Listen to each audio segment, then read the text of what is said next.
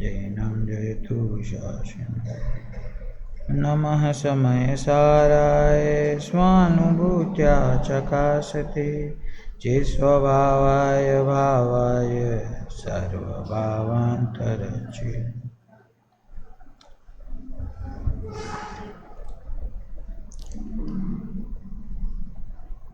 जगत का अद्वितीय चक्षु, यह समयसार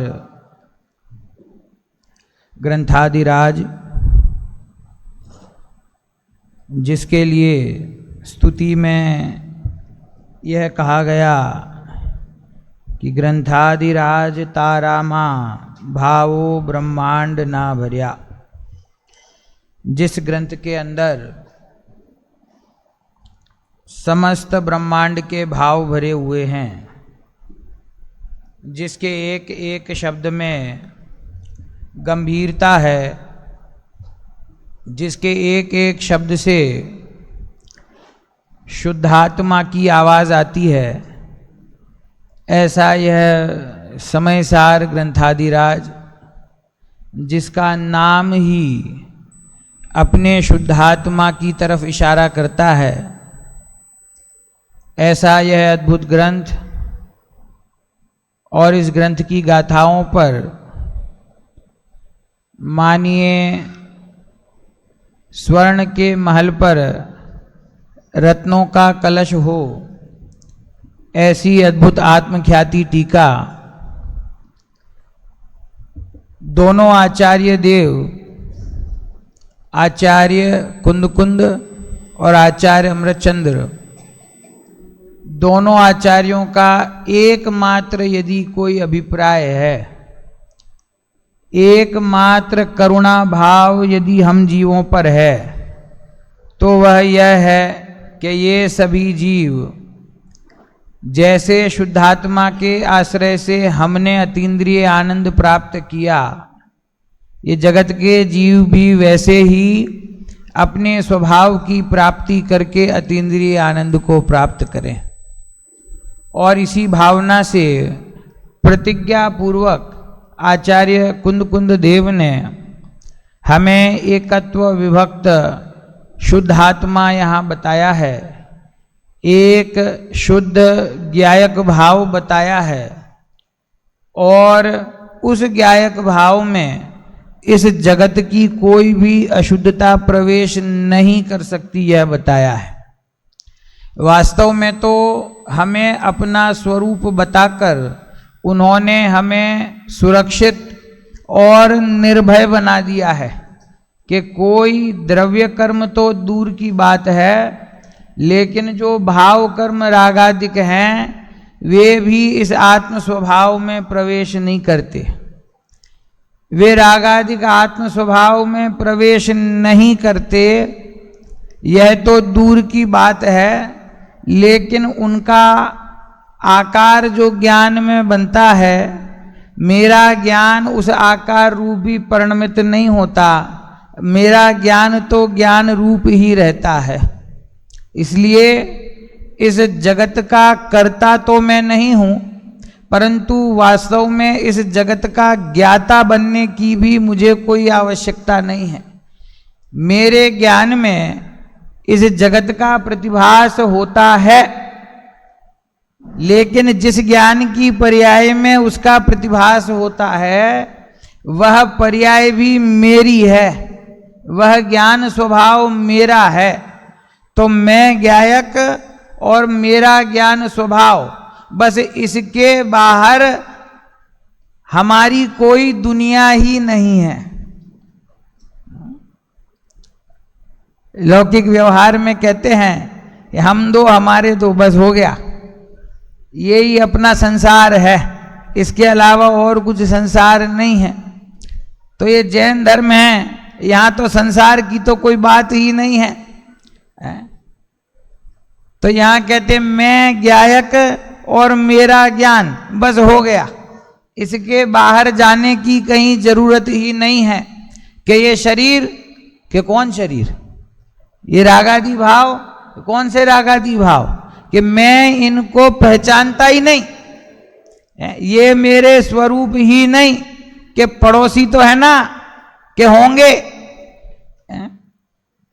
इतनी निष्पक्षता से, इतने समरस भाव से, इतनी मध्यस्थता से जब हमारा उपयोग बाहर के द्रव्यों से हटकर के अपने स्वभाव में आता है, तब ही उसकी प्राप्ति होती है।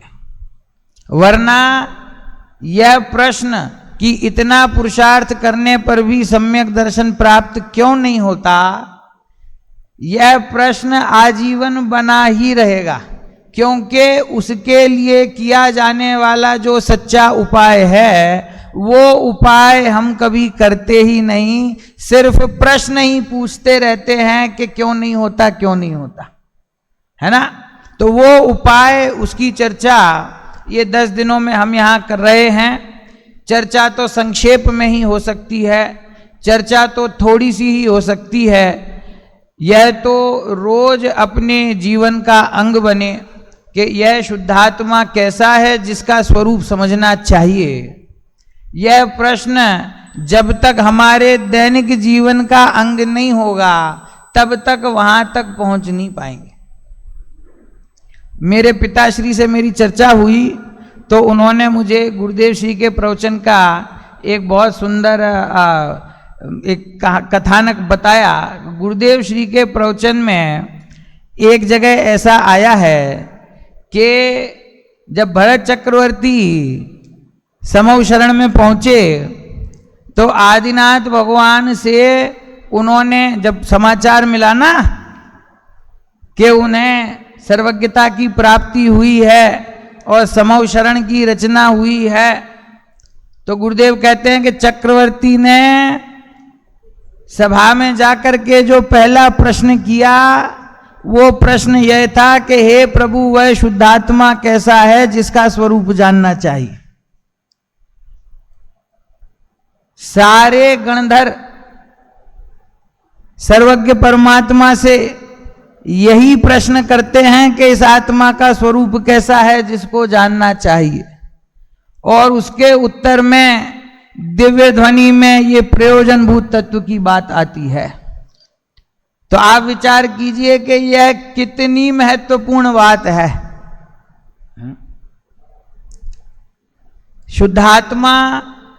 शुद्धात्मा का आश्रय और उसके आश्रय से प्रकट होने वाला अतीन्द्रिय आनंद, उसकी क्रमिक वृद्धि और उसकी पूर्णता, इसके अलावा बताइए हमें क्या चाहिए। हम इस जीवन में सुख प्राप्ति के लिए जो भी कार्य करते हैं उसका मूल प्रयोजन तो यही है ना। तो उस प्रयोजन की ही बात यहां चलती है। जो मार्ग आप विस्तार से प्राप्त करना चाहते हैं, लंबा चलकर प्राप्त करना चाहते हैं, अनेक अनेक भवों की मेहनत के बाद प्रकट होने वाला है, वो यहां पे संक्षेप में बताया जा रहा है। ये समयसार ग्रंथ और आत्मख्याति टीका तो क्या कहा कि वर्तमान काल विषय यदि कहीं अध्यात्म है तो इस आत्मख्याति टीका विषय है। इस टीका में जिस प्रचुरता से, जिस स्पष्टता से अध्यात्म की बात है, ऐसी बात और कहीं नहीं है। इसीलिए इतने वर्षों से एक ही बात यदि हम करते हों कि यह तो बहुत कठिन पड़ता है, यह तो समझ में नहीं आता है, यह तो ऊपर से चला जाता है, तो मेरा प्रश्न है कि क्यों ऊपर से चला जाता है, ये क्यों कठिन पड़ता है। तो इसका उत्तर एक ही आएगा कि आज तक इसका अभ्यास नहीं किया, आज तक इस प्रकार से हमने अपने स्वरूप का चिंतन नहीं किया। तो हमारे भगवान, हमारे वीतरागी गुरु, हमारे निर्ग्रंथ साधु यही तो उपदेश देते हैं कि अपने स्वरूप का चिंतन करो, मनन करो, उसकी प्रतीति पूर्वक उसका अनुभव करो। अगर हम हमारे गुरु के उपदेश को अनेक वर्षों से गौण करते चले आ रहे हैं तो विचार कर लीजिए कि हम कितने अच्छे भक्त हैं और कितने अच्छे शिष्य हैं। आधा जीवन हमारा निकल गया, लेकिन हमें हमारे गुरु की बात समझ में नहीं आई। तो अब समय आया है उसको समझने का, क्योंकि यह मनुष्य भाव फिर मिलने वाला नहीं है। यह जो बुद्धि है, संगी पंचेंद्रिय है ना, मन प्रकट है ना, कषाय की मंदता है ना, इंद्रियों की स्वस्थता है ना, आयु लंबी है ना, जैन कुल में जन्म हुआ है ना, देवशास्त्र गुरु मिले हैं ना। अब यहां पर आकर कहे कि अब हमें समझ में नहीं आता, तो इतने अनुकूल संयोग होने पर समझ में नहीं आएगा, तो फिर कब समझ में आएगा, मैं जानना चाहता हूं। इसीलिए ये विचार तो करना ही नहीं कि समझ में नहीं आता। नियम सार में एक कलश में आचार्य देव कहते हैं कि ये ज्ञान की ताकत कैसी है कि जैसे वो पुष्प के अंदर, फूल के अंदर भंवरा बैठ जाता है तो पुष्प उसको पूरा अपने अंदर समा लेता है, ऐसे आपके ज्ञान की ताकत इतनी है कि पूरे लोकालोक को अपने अंदर समा ले, पूरे लोकालोक को एक समय में जान ले, ऐसी शक्ति मेरे ज्ञान स्वभाव में है। तो ऐसा कौन सा विषय है जिसे मैं जान नहीं सकता अथवा समझ नहीं सकता। देखिए अपना पैराग्राफ जो चल रहा है, पृष्ठ क्रमांक 16 है, समयसार ग्रंथादिराज में 6वीं गाथा की टीका का दूसरा पैराग्राफ और 4थी लाइन। क्योंकि देखिए हमने कहां तक पढ़ा, इस उसी प्रकार अग्नि का उदाहरण दिया ना, उसके बाद सिद्धांत क्या बताया, उसी प्रकार ज्ञेयाकार होने से उस भाव के अर्थात जीव द्रव्य के ज्ञायक भाव के साथ ज्ञायकता प्रसिद्ध है, तथापि उसे ज्ञेयकृत अशुद्धता नहीं है। यहां तक हमने पढ़ा। क्योंकि अब उसका कारण, क्योंकि ये बहुत सुंदर महत्वपूर्ण बात है, क्योंकि ज्ञेयाकार अवस्था में, कौन सी अवस्था में, ज्ञेयाकार अवस्था में जो ज्ञायक रूप से ज्ञात हुआ वह स्वरूप प्रकाशन की अर्थात स्वरूप को जानने की अवस्था में भी, अब यहां उदाहरण दिया, दीपक की भांति, इतना सा ही उदाहरण है, दीपक की भांति कर्ता कर्म का अनन्यत्व होने से ज्ञायक ही है, स्वयं जानने वाला है, स्वयं जानने वाला है, इसीलिए स्वयं कर्ता, और अपने को जाना इसीलिए स्वयं ही कर्म है। क्या कहा, फिर से आ जाइए, ज्ञेयाकार अवस्था में जो ज्ञायक रूप से ज्ञात हुआ, क्या कहा, ज्ञेयाकार अवस्था में जो ज्ञेय रूप से ज्ञात नहीं हुआ, ज्ञेयाकार अवस्था में जो ज्ञायक रूप से ज्ञेयाकार रूप से ज्ञात नहीं हुआ, ज्ञेयाकार अवस्था में जो ज्ञायक रूप से ज्ञात हुआ। इसका अर्थ क्या हुआ, जिस समय ऊपर की पंक्ति में आया था ना कि इस भाव के साथ ज्ञायकता प्रसिद्ध है, क्यों, ज्ञेयाकार होने से, तो ज्ञेय के आकार हुआ इसीलिए उसको ज्ञायक कहा जाता है। तो ज्ञेयाकार हुआ मतलब क्या, तो उसका खुलासा है ये कि ज्ञेयाकार अवस्था में जो ज्ञायक रूप से ज्ञात हुआ।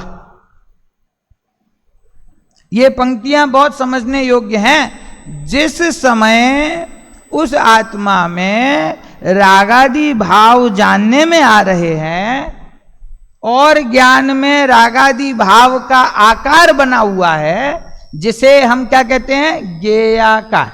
कल जो शक्कर का और कार का उदाहरण दिया था उसको मन में दोहरा लीजिए कि वो जो राग का प्रतिभास ज्ञान में होता है, राग ज्ञान में जानने में आता है, ज्ञान उसे जानता है, ज्ञान ज्ञेयाकार होता है। शब्दों में नहीं उलझना है, 4 वाक्य मैंने बोल के बताया आपको, समझ में आया? वो ज्ञान, वो ज्ञायक जो ज्ञेयाकार रूप से परिणमित हुआ है, गुरुदेव कहते हैं कि वो ज्ञेयाकार रूप से परिणमित नहीं हुआ। क्यों? क्योंकि ज्ञेयाकार अवस्था में भी जो ज्ञायक रूप से ज्ञात हुआ, ज्ञेय रूप से नहीं, ज्ञायक रूप से, जिस समय उसमें रागादि भाव प्रतिबिंबित हो रहे हैं, उस समय भी ज्ञायक उस रूप परिणमित नहीं हुआ, ज्ञायक तो ज्ञायक भाव रूप ही रहा। तो देखो, ज्ञेयाकार के समय ज्ञेय रूप से नहीं परिणमना, ये ही उसके एकत्व स्वभाव का सच्चा रहस्य है, ये ही उसके शुद्धपने का सच्चा रहस्य है कि जिस समय विकार जानने में आ रहा है, उस समय वो ज्ञायक उस विकार भाव रूप नहीं होता।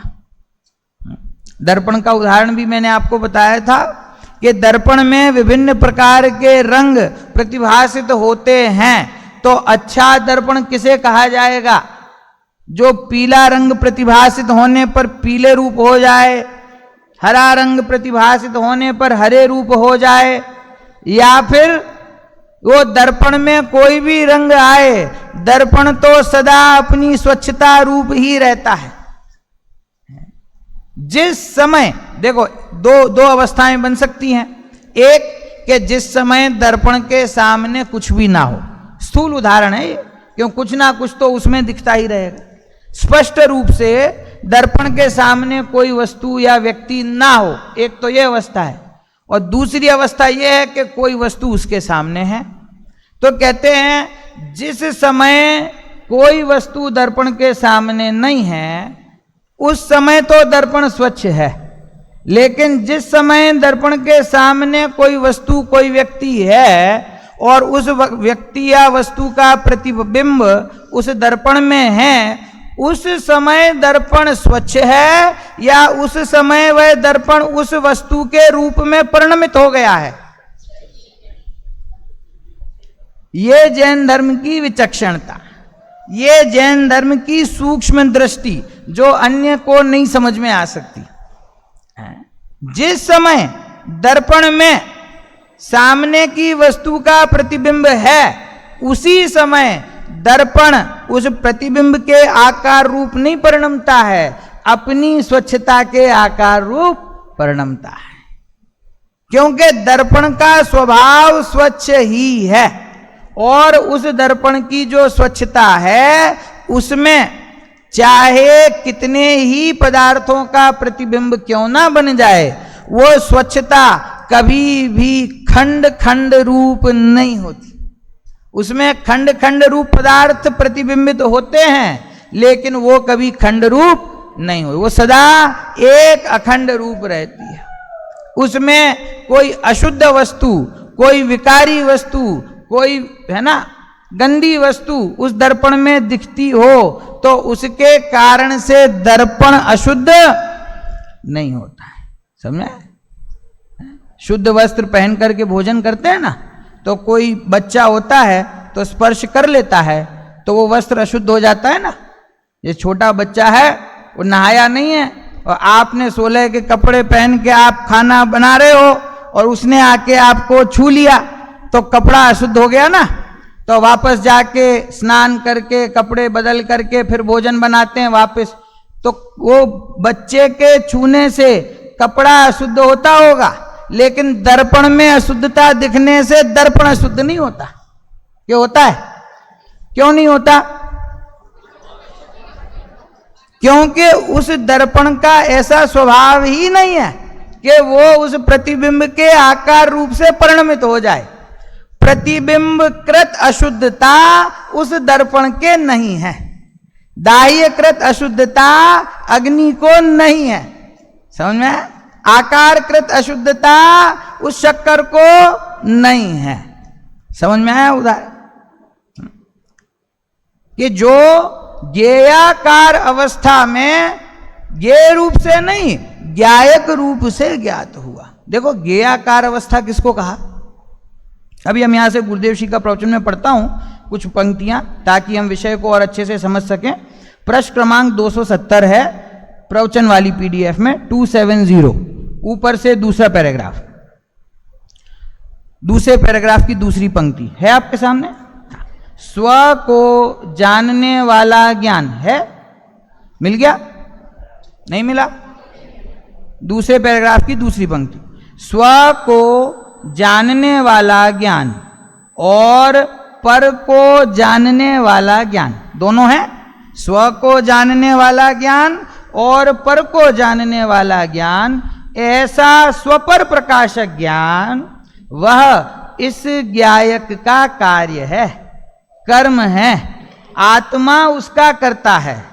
राग है उसका यहाँ ज्ञान हुआ, इसीलिए राग करता है, और ज्ञानाकार या राग के आकार रूप ज्ञान वह राग का कार्य है, ऐसा नहीं है।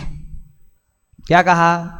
जो मेरा सुपर प्रकाशक ज्ञान है, जो स्व को जानने वाला है और जो पर को जानने वाला है। देखो यहां जब स्व पर प्रकाशक की बात चलती है ना, तो जानना शब्द का प्रयोग किया कि स्व को जानने वाला स्व प्रकाशक और पर को जानने वाला पर प्रकाशक। तो यहां जो जानना है वो प्रतिभास के अर्थ में, प्रतिबिंब के अर्थ में समझना।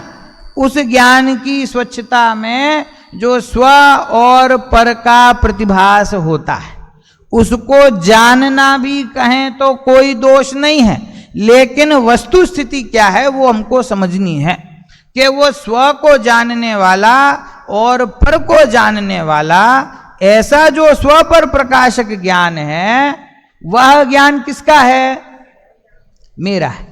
कि थोड़ा मेरा है और थोड़ा परद्रव्य का है, 50% मेरा और 50% परद्रव्य का। कुछ तो मेरे कारण से और कुछ परद्रव्य के कारण से, ये नहीं, ऐसा नहीं है। ज्ञान मेरा स्वभाव है, वह मेरे कारण से है। वो ज्ञान की पर्याय प्रकट हुई, उसका कर्ता कौन है?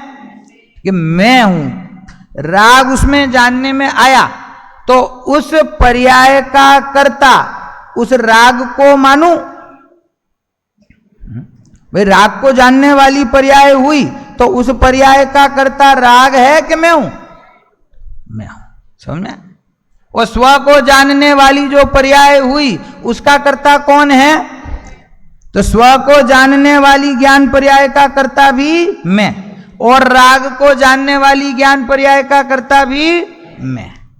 तो यहां स्वपर प्रकाशक स्वभाव में जो ग्रहण करने वाली बात है वो ये है कि ऐसा ज्ञान जो स्वपर प्रकाशक है वो ज्ञान मेरा है। क्या पकड़ना है उसमें से? वो ज्ञान मेरा है, और उस ज्ञान में मेरा भगवान आत्मा निरंतर जानने में आ रहा है, क्योंकि वह ज्ञान का स्वभाव स्व पर प्रकाशक है। समझ में आया? देखिए अब आगे पढ़ रहा हूं वापस। प्रश्न क्रमांक 272 पर आखिरी पैराग्राफ है, बोल्ड अक्षर है, जल्दी से मिल जाएगा। 272 पर, जब अपने आत्मा को हमने ज्ञायक कहा और ज्ञायक रूप से ज्ञायक ज्ञात हुआ। क्या कहें? ज्ञायक रूप से, क्योंकि ज्ञेयाकार अवस्था में भी जो ज्ञायक रूप से ज्ञात हुआ, जब ज्ञेयाकार अवस्था होती है तो मैं ज्ञेय नहीं बन जाता हूं, मैं कौन रहता हूं? देखो काल ऐसा आता जा रहा है, काल की बलिहारी है, ये जितने भी ज्ञायक हैं इस जगत में सबको ज्ञेय बनने की रुचि बहुत है, नहीं है? ये सोशल मीडिया पे जो सुबह से रात तक जो पोस्टिंग करते हैं वो काहे के लिए करते हैं? क्या बनना है हमको? ये बनना है ना। सब हमको देखें, सब हमको जाने, हम कहाँ घूमने गए, हमने क्या खाया, हमने क्या पिया, हम किससे मिले, ये सब जाने हमारे बारे में। तो ये तुमको ज्ञायक बनना है कि ये तुमको ज्ञेय बनना है?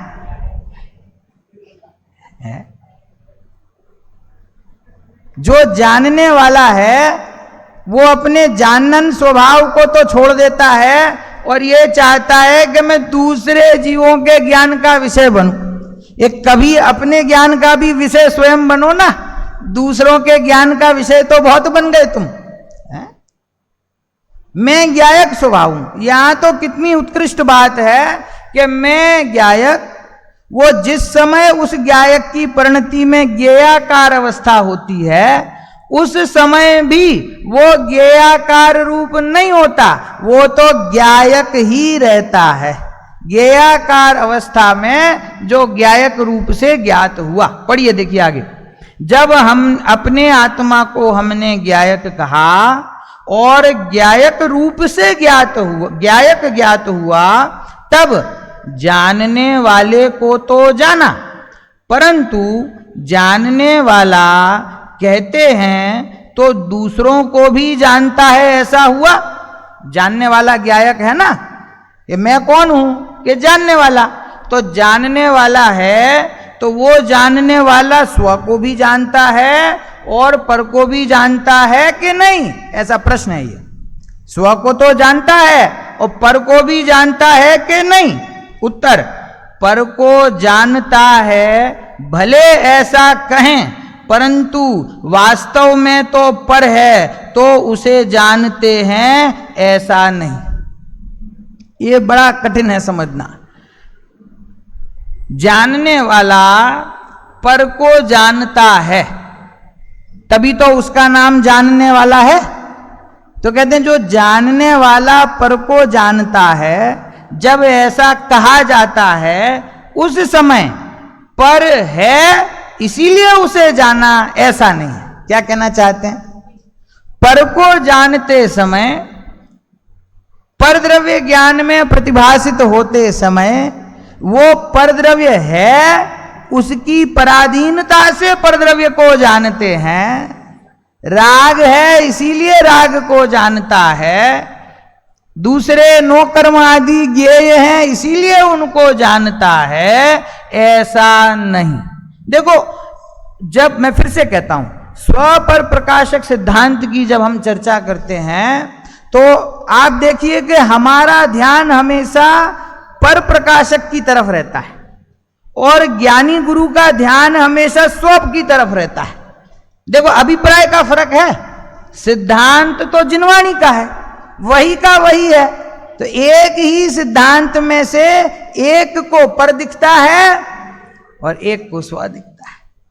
प्रतिभास दोनों का है, लेकिन देखो जो प्रतिभास होता है ना ज्ञान की स्वच्छता में, स्व और पर का, ना तो उससे हमारा संसार है ना उससे हमारा मोक्ष है।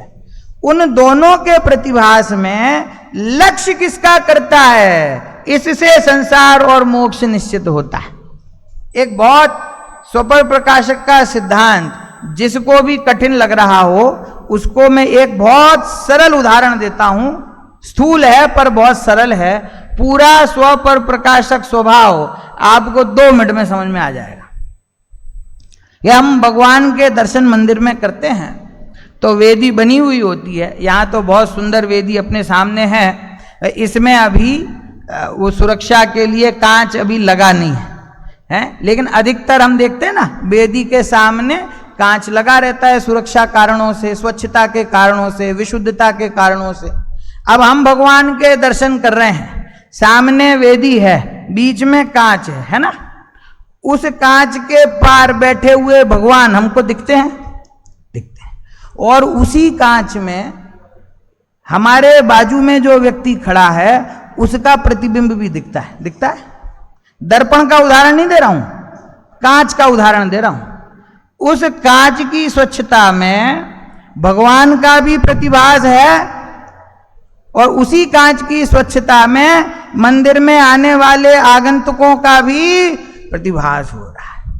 वहां भगवान के सामने बैठ के भगवान की माला हम जप रहे हैं और माला जपते जपते माताएं बहनें देख रही हैं कांच में, क्योंकि मुड़ के देखें तो अच्छा नहीं लगेगा, तो कांच में देखती हैं फलाने की नई बहू आ गई है, इसने बहुत सुंदर साड़ी पहनी है। समझ में आया? कहां देख रहे हैं? उधर नहीं देख रहे, कहां देख, कांच में दिखता है ना। तो कांच में उसका भी प्रतिबिंब है और कांच में भगवान का भी प्रतिबिंब है। अब आपके भाव कैसे होंगे ये किस पे निर्भर करता है? ये भगवान को देखोगे, लक्ष्य भगवान का रहेगा तो वीतराग भाव होगा, और लक्ष्य आगंतुक का रहेगा तो राग भाव होगा। वो कांच की इसमें कोई गलती है? वो स्व और पर का प्रतिभास, वो तो उसका स्वभाव है और उसमें दोनों का प्रतिभास होता है, इसमें किसी का कोई दोष नहीं है। प्रतिभास नहीं होता है ऐसा हम नहीं कह रहे, लेकिन तुम्हारा लक्ष्य कहां है? इतनी सी कहानी है पूरे स्वपर प्रकाशक के गंभीर सिद्धांत की। प्रतिभास दो का और लक्ष्य, जहां तक प्रतिभास है वहां तक ना राग है, ना द्वेष है, ना कर्मबंध है। और जहां उस प्रतिभास में से जो जानने में आ रहा है, ज्ञान पर आ जाइए, उस ज्ञान की स्वच्छता में प्रतिभास दोनों का। अब उस प्रतिभास में से हमने किसे चुना कि जो जानने में आ रहा है वो मैं हूं, या जो जानने वाला है वो मैं हूं?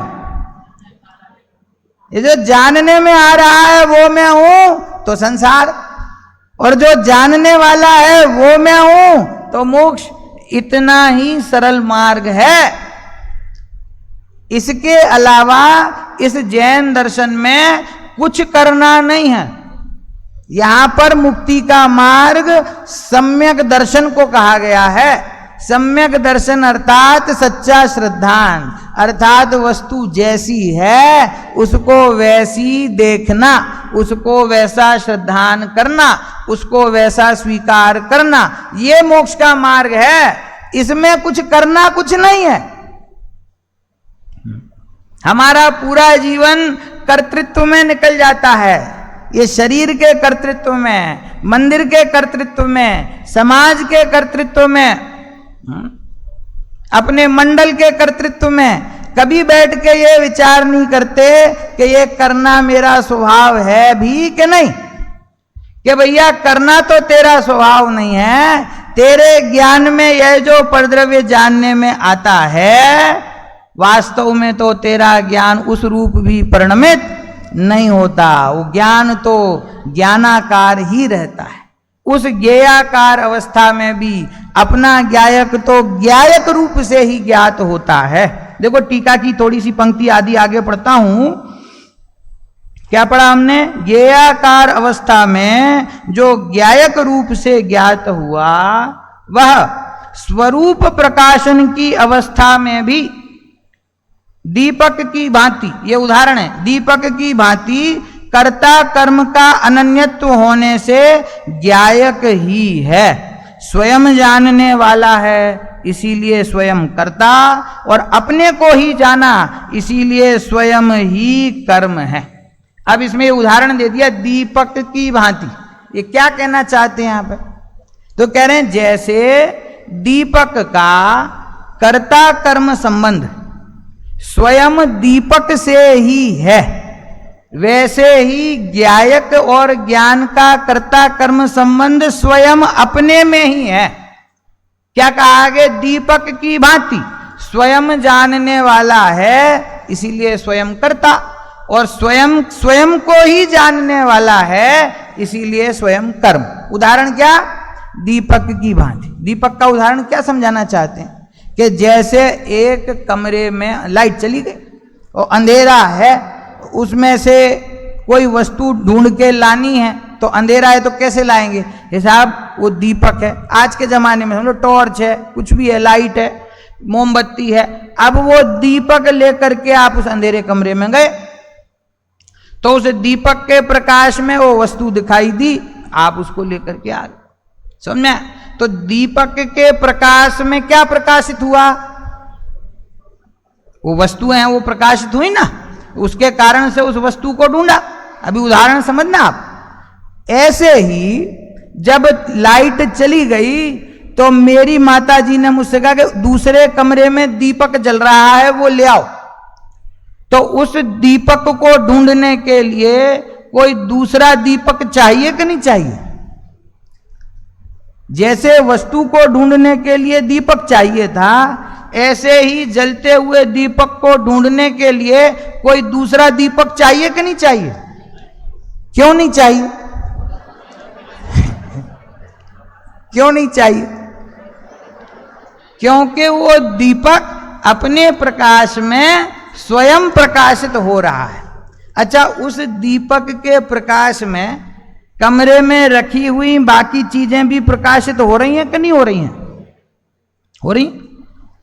ऐसा दीपक का प्रकाश जो स्वयं को भी प्रकाशित करता है और अन्य द्रव्यों के आकार को भी प्रकाशित करता है, ऐसा प्रकाश वो दीपक का है या फिर वो थोड़ा दीपक का और थोड़ा उन अन्य घटपटादी पदार्थों का है?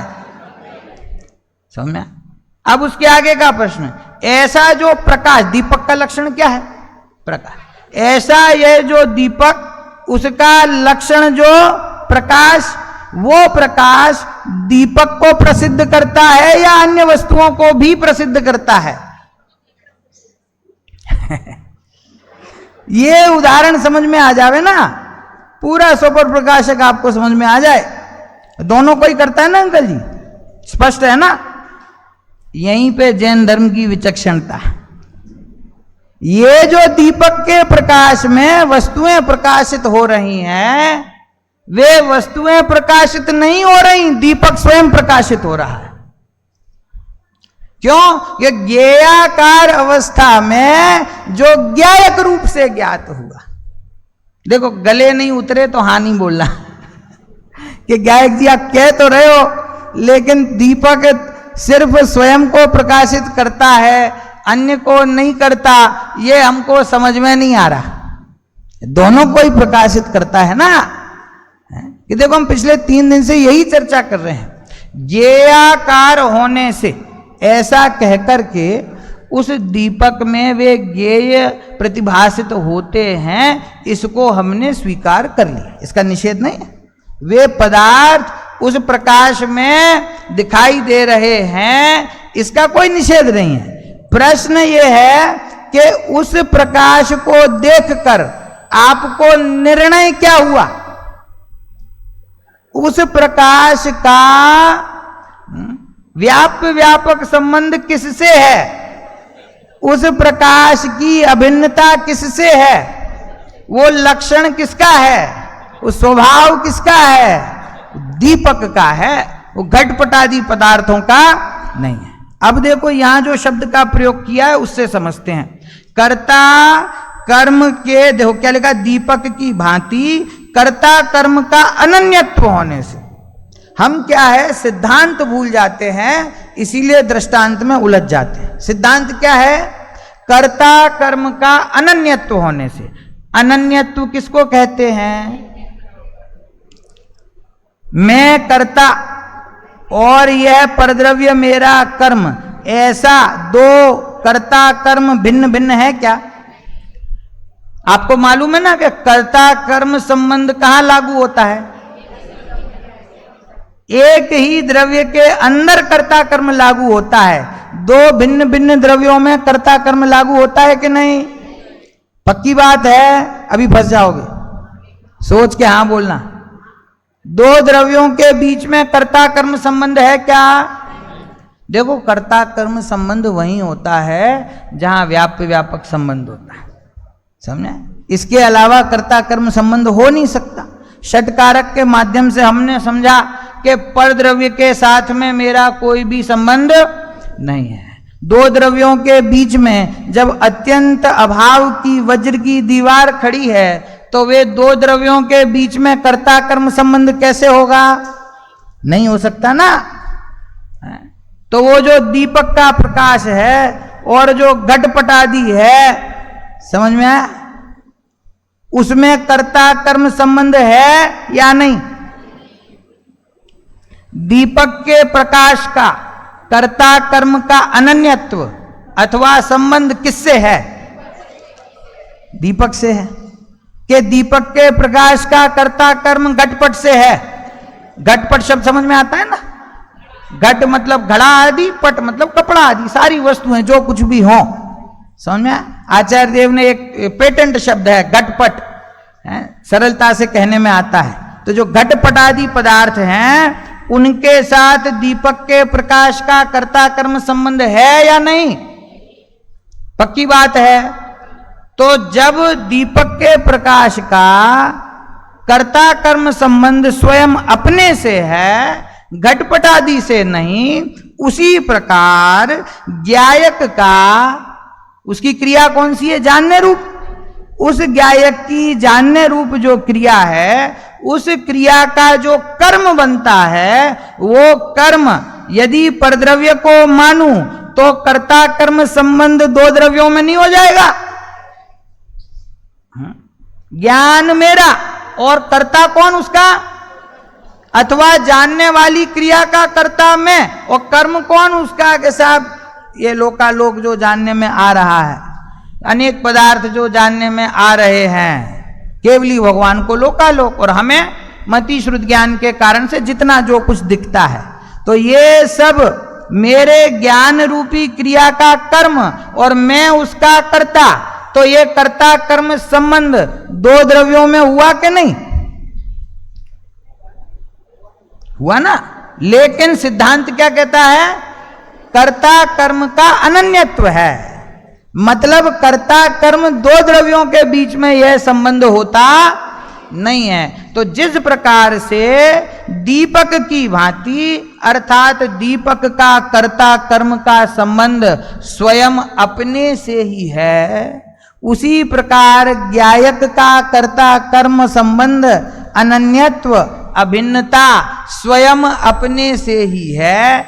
इसीलिए जिस समय उस ज्ञायक में ज्ञेयाकार उपस्थित होते हैं, उस समय भी ज्ञायक ज्ञेयाकार रूप नहीं होता, ज्ञायक रूप से ही ज्ञात होता है। और ज्ञायक रूप से ही ज्ञात होता है, इसीलिए वह अनादि अनंत शुद्ध रहता है। यदि ज्ञायक अपने ज्ञायक पने को छोड़ दे और रागादि विकारी भाव रूप परिणमित हो जाए, तो फिर उसकी शुद्धता का अभाव हो जाएगा। शुद्धता का अभाव हो जाएगा तो फिर यह जीव आश्रय किसका लेगा? है? शुद्ध परिणति प्रकट करने के लिए आश्रय किसका लेगा? देखो पंक्ति क्या थी गुरुदेव की, कहां पे थे हम? हाँ, परंतु उसे जानने वाला कहते हैं तो स्वपर प्रकाशक होने से पर को नहीं, यहां गलत आ गया, मैं कहां पे था? हाँ, 272 पे हमने अंतिम पंक्ति पढ़ी, नहीं 273 का दूसरी पंक्ति पढ़ी ना। परंतु उसे जानने वाला कहते हैं तो स्वपर प्रकाशक होने से पर को जानने वाला इसमें आया। इसमें तो स्व का जानना और पर का जानना इसमें आया। ठीक है, स्व का जानना और पर का जानना इसमें आया। तब कहते हैं, क्या कहते हैं? पर को जानना यह इसमें नहीं आया। पहले स्वयं कहते हैं कि पर को जानना इसमें आया, फिर क्या कहते हैं? वास्तव में देखो तो पर को जानना यह इसमें नहीं आया। तो क्या आया? परंतु पर संबंधी का ज्ञान स्वयं को स्वयं से हुआ है। ऐसे ज्ञायक को ज्ञान पर्याय ने ज्ञान से जाना, यह जानने वाले की पर्याय उसने जानी। ज्ञान ने अथवा ज्ञायक ने किसको जाना? ज्ञान की पर्याय को जाना। कौन सी ज्ञान की पर्याय? जो स्व और पर दोनों को प्रकाशित करती है। गुरुदेव ये बार बार रिपीट कर रहे हैं कि वो जो स्वपर प्रकाशक स्वभाव है, वो स्वपर प्रकाशक स्वभाव अपना है और वो अपना स्वभाव अपने को प्रसिद्ध करता है। उसमें अपना ज्ञायक भाव मौजूद है, उसमें अपना ज्ञान जानने में आता है, वो परद्रव्य उसमें प्रतिभासित होता है। उसको हमने स्वीकार किया कि वो परद्रव्य उसमें प्रतिभासित होता है, लेकिन क्या कहा? पर को जानना यह इसमें नहीं आया। पर संबंधी का ज्ञान स्वयं का स्वयं से हुआ है। पर संबंधी का ज्ञान स्वयं का स्वयं से हुआ है। देखो, जब तक ये समझ में नहीं आए तब तक इसमें प्रयत्न करते रहना। विवेक जी आ गए क्या? मेरा अभी ध्यान गया है। आप भी यही गाथा ले रहे हो? वहां साधना नगर में समाचार मिला मुझे, 6वीं गाथा है। गुरुदेव कहते 6 का लेख है ये। इसमें जो चर्चा, जो बात है, जो न्याय है, वो एक बार अपने को बैठ जावे। और देखिए, गुरुदेव के प्रवचन के आधार से लेने का कारण यह है कि गुरुदेव श्री हम सभी के श्रद्धेय हैं।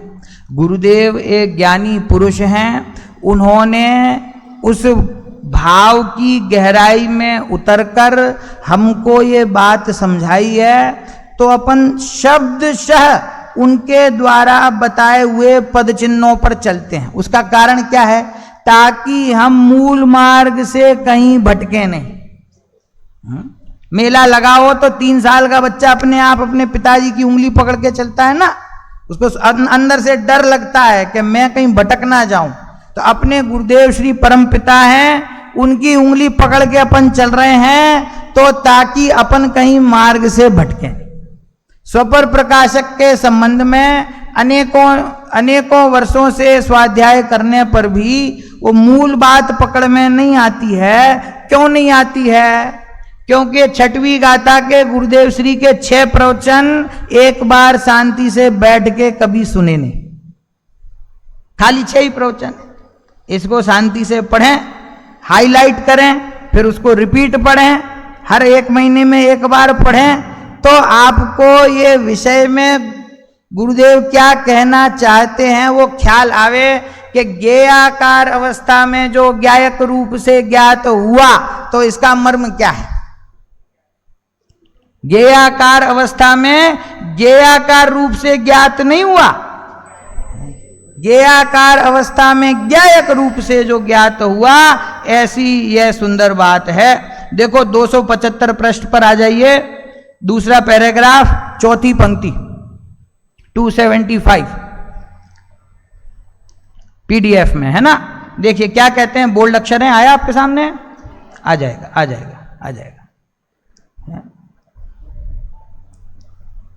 आए तो बताइए, क्योंकि जब तक दिखेगा नहीं तब तक मैं पढ़ना नहीं चाहता। 275 आया। यह ज्ञान का परिणमन मिला।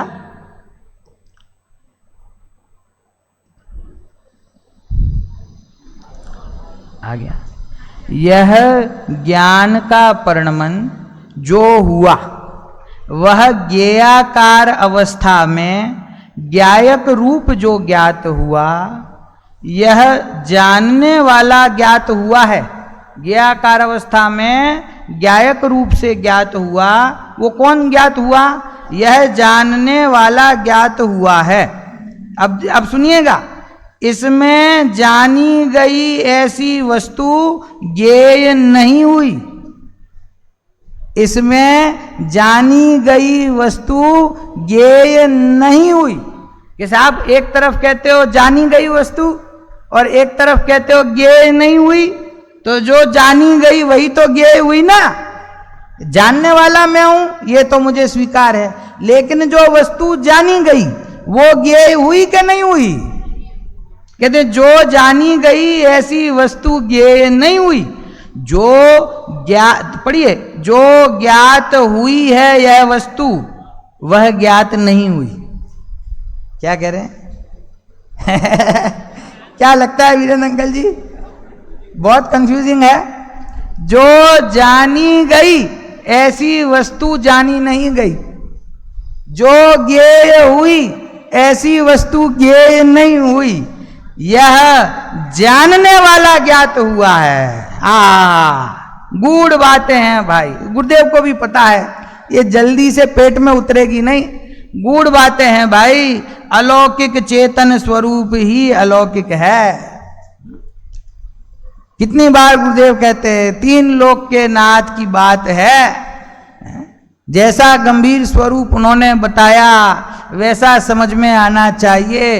ये उथले उथले ऊपर से थोड़ी ये क्रिया कर लें, थोड़ा वो शास्त्र पढ़ लें, थोड़ा प्रथमानुयोग की कथा पढ़ लें, एक आध व्रत कर लें, इससे मोक्ष मार्ग की सिद्धि होने वाली नहीं है।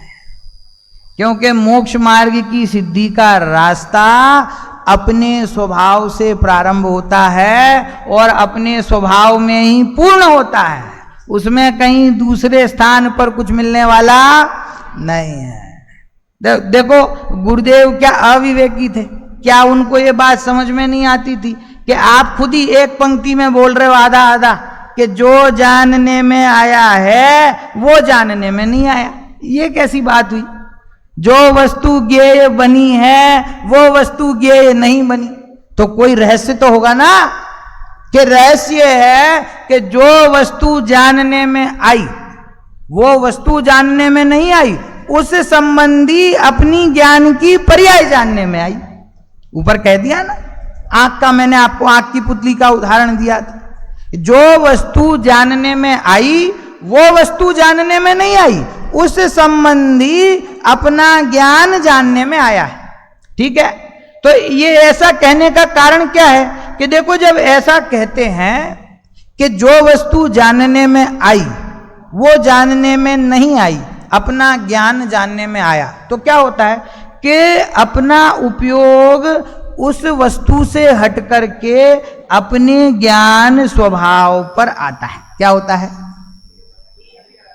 हमारा प्रयोजन क्या है? देखो बात यह है कि हम बार बार बार बार अपना प्रयोजन भूल जाते हैं। हमारा प्रयोजन क्या है कि साहब प्रयोजन तो सम्यक दर्शन प्रकट करना है, प्रयोजन तो शुद्धात्मा की प्राप्ति है। तो जब प्रयोजन शुद्धात्मा की प्राप्ति है तो रुचि परद्रव्य की क्यों है? रुचि रहे परद्रव्य की और फल चाहे कि मुझे आत्मानुभूति हो जाए, तो कैसे होगी? जो वस्तु चाहिए उसकी तरफ दृष्टि तो करनी पड़ेगी ना। ईमानदारी से विचार करो कि कब कब हमने अपने आत्म स्वभाव को लक्ष्य बनाया है, कब कब इस जीवन में हमने एक बार भी यह विचार किया है कि मेरे ज्ञान में मेरा ज्ञायक प्रसिद्ध हो रहा है, परद्रव्य को जानना वह मेरा काम नहीं है। और बार बार मुझे वहां मत ले जाना। कहां? कि साहब परद्रव्य जानने में तो आता है ना, सौ पर प्रकाशक तो है ना, कि भैया हमने स्वीकार कर ली ये बात, हमको ये मान्य है, आचार्य देव को ये बात मान्य है कि ज्ञेयाकार होने पर भी, ये कह दिया ना, तो ज्ञेयाकार होने पर ऐसा कह दिया, तो ज्ञायक में ज्ञेय का प्रतिभास है, इसका तो कोई अस्वीकार नहीं है। अब प्रश्न इसके आगे है, प्रश्न इसके आगे है कि उस ज्ञान में जिसमें ज्ञेयों का आकार भी मौजूद है और अपना स्वभाव भी मौजूद है, तुमको क्या चाहिए? तुमको ज्ञेय चाहिए कि तुमको ज्ञायक चाहिए? ज्ञेय की तरफ तो अनादिकाल से लुब्धता रही है, उसको जानने की, उसमें राग द्वेष करने की, उसमें इष्ट अनिष्टपना मानने की, उन विषयों को भोगने की, ये ब्रह्म बुद्धि तो अनादिकाल से चल ही रही है, तब ही तो आज तक यहीं बैठे हैं। तो अब कहते हैं उस ज्ञान की स्वच्छता में, उस स्व पर प्रकाशक स्वभाव में अपने स्व का लक्ष्य कर। प्रतिभास किसका है उससे कोई फर्क पड़ने वाला नहीं है, वो प्रतिभास प्रतिभास की जगह पर है। उस प्रतिभास में पकड़ना किसको? पकड़ना, ग्रहण किसको करना, दृष्टि का विषय किसको बनाना? कि जो शुद्ध स्वभाव है उस पर लक्ष्य जाएगा। तो सुनो, जो सपर प्रकाशक स्वभाव है ना, उसको भी तुम भूल जाओगे, भूल जाओगे। देखो बताऊं कहां पे भूल जाते हैं? जब मुनिराज अपने आत्म ध्यान में लीन होते हैं और 7वें गुण स्थान से आगे बढ़कर और 8वें 9वें 10वें श्रेणी के गुण स्थानों में जाते हैं, तो ये जो गुण स्थान है, बोलो ये निर्विकल्प समाधि के गुण स्थान है या नहीं? 8वां गुण स्थान, 9वां 10वां, इन गुण स्थानों में क्या होता है? अपने स्वरूप में स्थिर है ना, क्योंकि यदि वहां से 7वें गुण स्थान में यदि उतनी उग्रता ना आए तो 8वें गुण स्थान में जाते ही नहीं। तो जो 8वें गुण स्थान में गए वे स्वरूप में समाधिस्थ है ना, अपने स्वरूप की समाधि में स्थिर हैं। तो किसको जान रहे हैं? अपने को जान रहे हैं। किसका लक्ष्य है? उस समय, जिस समय निर्विकल्प स्वसंवेदन चल रहा है, उस समय बोलो ज्ञान की पर्याय का स्वभाव सुपर प्रकाशक है कि नहीं? जिस समय स्व को जान रहे हैं, पर की तरफ बिल्कुल भी ध्यान नहीं है, उस समय ज्ञान का स्वभाव सुपर प्रकाशक है कि नहीं? तो मैं वहां प्रश्न करूं कि महाराज आप सिर्फ आत्मा को ही क्यों जान रहे हो? पर को जानना भी तो आपका स्वभाव है, तो थोड़ा थोड़ा उसको भी तो जानो। आत्मा को जानो ठीक है, पर थोड़ा हमारी तरफ भी ध्यान दो, थोड़ा ये शास्त्र का अभ्यास भी करो। खाली आत्मा में ही लीन हो गया, आपने ज्ञान के सुपर प्रकाशक स्वभाव का निषेध कर दिया। बोलो इसमें सुपर प्रकाशक स्वभाव का निषेध है कि नहीं? नहीं है। क्यों नहीं? क्योंकि प्रतिभास होने में कोई बाधा नहीं है, प्रतिभास होता रहता है और सकल ज्ञेय तदपि निजानंद रसलीन, अपने आनंद में वे मुनिराज लीन हो जाते हैं। वे अनंत सिद्ध परमात्मा, उनके ज्ञान में लोकालोक झलकता रहता है और वे अपने ज्ञान में लीन हो जाते हैं। तो ऐसा यह सुपर प्रकाशक स्वभाव है, ऐसा यह सुपर प्रकाशक स्वभाव यह अपना स्वभाव है। इसीलिए उस स्वभाव में अपने आप को देखना, पर द्रव्य की तरफ तो अनादि काल से दृष्टि रही और उसका फल यह अनंत संसार हम भोग ही रहे हैं। तो यदि अनंत संसार का अभाव करना है और सादी अनंत सुख की पर्याय प्रकट करनी है, तो उसका उपाय अपने ज्ञान की स्वच्छता में अपने भगवान आत्मा को देखना है। यही हमारे गुरु का सच्चा उपदेश है। हेलो, अभी हम सभी आदरणीय पंडित श्री गायक जी शास्त्री भाई साहब के माध्यम से समय सार की 6वीं गाथा के आधार से व्याख्यान सुन रहे थे। हमारा महापुण्य का अवसर है कि हमारे बीच में आदरणीय पंडित श्री विवेक जी शास्त्री दिल्ली वाले हमारे बीच में हैं। मैं उनसे भी कहूंगा 10 मिनट का आपका मार्मिक उद्बोधन हम सभी को प्राप्त हो। आदरणीय भाई साहब।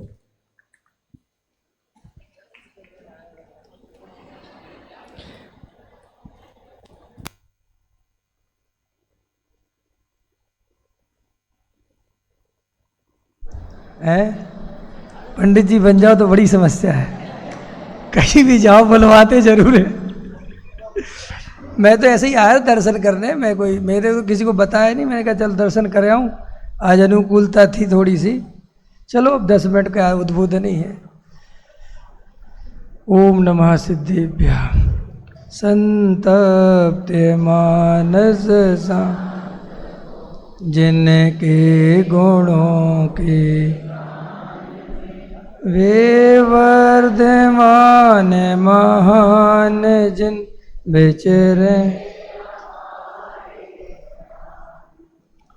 10 लक्षण महापर्व आप लोग बहुत ही स्वाध्याय, भक्ति, स्तुति, पूजन और निर्वृत्ति पूर्वक 2.5 दीप में रहकर मना रहे हैं। और गायक जी आपके बीच में पधारे हैं, उनका नाम ही गायक है और वे जन्मजात गायक हैं।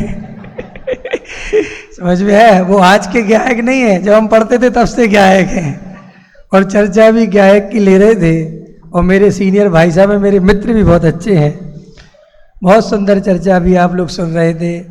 भाई मुक्ति का मार्ग यही है जो आप समझ रहे हैं, हम सब समझ रहे हैं। अभी जो गायक की अपन चर्चा सुन रहे थे, समझ रहे थे। देखो मैं तो सिर्फ आपसे ये कहना चाहता हूँ, ये जो सूक्ष्म चर्चाएं चलती हैं कि जैसे वो ज्ञानाकार, गेयाकार, ये सब बताने के पीछे प्रयोजन क्या है? आचार्य भगवंतों ने ये जो ज्ञान है और ज्ञान में जो गे झलकते हैं, ये गे भी ज्ञान है ये क्यों बताया? इससे क्या बताना चाहते, किस प्रयोजन की सिद्धि होती है? ये कोई वैसा ज्ञान, वही दिमाग लगाने की बात नहीं है। ये सिर्फ इससे इस प्रयोजन की सिद्धि करना चाहते आचार्य कि अनादिकाल से इस जीव को ज्ञेय लुब्धता है और वस्तु का स्वरूप ऐसा है कि इसके ज्ञान में जैसे बाहर में पदार्थ है वैसे ही इसके ज्ञान में आकार बनते हैं। अब वैसे ही आकार बनते हैं तो स्वाभाविक है वो जैसा बाहर में वैसे ही आकार। तो मैं पर पदार्थों को जानता हूं और चूंकि आत्मा स्वपर प्रकाशक तो है ही, क्योंकि अगर आत्मा पर को नहीं जानता, ये सर्वता ही मान लिया जाए तो फिर सर्वज्ञ का ही अभाव हो जाएगा, फिर वस्तु स्वरूप ही लोप हो जाएगा। क्योंकि आपको जो 6 द्रव्य के बारे में बताया, 7 तत्व के बारे में बताया, द्रव्य गुण पर्याय के बारे में बताया, वो तो ज्ञान ने जानकर ही तो बताया। केवल आत्मा को ही जानता है, पुद्गल को नहीं जानता, तो फिर पुद्गल की व्याख्या आत्मा कैसे करता? तो ये जब अपन प्रमाण की तरफ से देखेंगे, वस्तु स्वरूप की तरफ से देखेंगे, तो आत्मा पर द्रव्यों को प्रकाशित करता है, उनको जानता है। लेकिन पर द्रव्य को जानने से जीव सुखी नहीं होता, ये उसकी प्रॉब्लम है। अब ये प्रॉब्लम है जो सबसे बड़ी प्रॉब्लम है, क्योंकि हमारा रस पर को जानने में नहीं है, हमारा रस मनाली घूमने में नहीं है, हमारा रस सुखी होने में है। और ये अलग बात है कि हम सुखी होने के नाम पर केवल पर द्रव्य को जानते हैं। तो ये जीव माने हम सुखी होने के लिए नाना प्रकार के उपाय करते रहते हैं और हमें कहीं सुख नहीं मिलता, ये हमारी प्रॉब्लम है। अब आचार्य भगवंतों ने ये समझाया, बताया कि देख भाई, ये जो प्रमत्त अप्रमत्त दशाएं हैं, ये क्षणिक पर्याय हैं। अगर तू इन्हें अपना मानेगा, इनमें अपने अस्तित्व की कल्पना करेगा, तो तुझे निरंतर निरंतर दुखी होना पड़ेगा, क्योंकि ये पर्याय क्षणिक है, नाशवान है, और ये पर्याय नष्ट हो जाएंगी और तू रहेगा तो तेरे को दुख होने वाला है। तू अपने को शरीर मानेगा और ये शरीर पुद्गल है और इसका स्वामी भी पुद्गल है, और वो अपनी योग्यता से उसका परिणमन निरंतर बदलेगा और तू इसे अपना मानेगा और तू उसे बदलना नहीं चाहता, फिर दुखी होगा। ऐसे चाहे वो स्त्री पुत्र मकान दुकान हो, वहाँ से वेद ज्ञान कराते हुए 9 कर्म से वेद ज्ञान कराया, फिर द्रव्य कर्म से वेद ज्ञान कराया। अब यहाँ तक तो अपन समझ गए, फिर अपन कहाँ अटक गए? भाव कर्म पे। ऐसा बात तो आपने ठीक कह दी, ये पर द्रव्य तो अपने नहीं, शरीर भी अपना नहीं, यहाँ तक कि वे कर्म भरम भी अपने नहीं, वे भी मेरे से भिन्न हैं। लेकिन जो अंदर राग द्वेष के परिणाम हैं, ये तो मेरे हैं, इनको तो मैं अपना मानूं, इनका करता धरता तो मैं अपने मानूं। तो आचार्य ने कहा ठीक है, मान के देख ले। और हमने मान के देखा, तो इनको भी जब अपना माना तो भी हमें दुख के अलावा, क्योंकि राग और द्वेष है किसका नाम? पर द्रव्य को अपनी इच्छा के अनुसार परिणमन कराने का भाव ही तो राग द्वेष है। तो अब आचार्य ने कहा कि ये राग द्वेष को अपना स्वरूप मानेगा तो भी महादुखी रहेगा। फिर उनने फिर लॉजिक दिया कि भाई राग द्वेष तू अपना मत मान कि सब मेरे में पैदा होता है, कि जो तेरे में पैदा होता है वो तेरा ही हो, ऐसा कहां लिखा है? कि क्या बात करते हो, जो मेरे में पैदा हो मेरा हो? तो बुखार तुम्हारे में पैदा होता है कि पड़ोसी के घर में पैदा होता है? शरीर में किसके बुखार आता है? अपने। तो वो बुखार तुम्हारा है, तुम लेने गए थे, कहीं से बुला के इनविटेशन दिया, अच्छा तुमने कितना दिमाग लगाया कि बुखार हो जाए? कोई मन्नतें मांगी बुखार करने के लिए? नहीं, हमने तो बिल्कुल कभी जिंदगी में नहीं चाहा। तो नहीं भी चाहा फिर भी हो गया तो उसे अपना नहीं कहते। अज्ञानी का राग अपना है और ज्ञानी का राग अपना नहीं है। क्यों? इतनी सी बात, अज्ञानी राग को अपना मानता है, इसलिए राग अज्ञानी का है, और ज्ञानी राग को अपना नहीं मानता, इसलिए ज्ञानी का नहीं है। कितना सरल गणित, कठिन समझ में आया? चलो, राग देश की समस्या खत्म हो गई। और राग देश बदलती हुई दशाएं हैं। ये दया दान पूजा भक्ति के परिणाम अभी आपको हो रहे हैं, लेकिन अभी पास ये प्रवचन खत्म होगा, ये दशाएं बदल जाएंगी। फिर आपको खाने पीने के परिणाम होने लगेंगे। फिर मेरी थाली में कम दाल दी, उनकी में ज्यादा दे दी, ऐसे परिणाम होने लगेंगे, है ना। आज भोजन अच्छा नहीं बना, थोड़ी मिर्ची ज्यादा डाल दी, ऐसे परिणाम होने लगेंगे। तो वे दया दान पूजा भक्ति के परिणाम कहां चले गए? क्या पता कहां चले गए। तो जो चले गए वो मैं कैसे हो सकता हूं, क्योंकि मैं तो उनके जाने के बाद भी हूं। अब साहब ये खाने पीने के परिणाम आ गए, अभी थोड़ी देर बाद ये भी चले जाएंगे, लेकिन ये जीव फिर इनमें भेद कर लेता है। दया दान पूजा भक्ति के परिणाम अच्छे,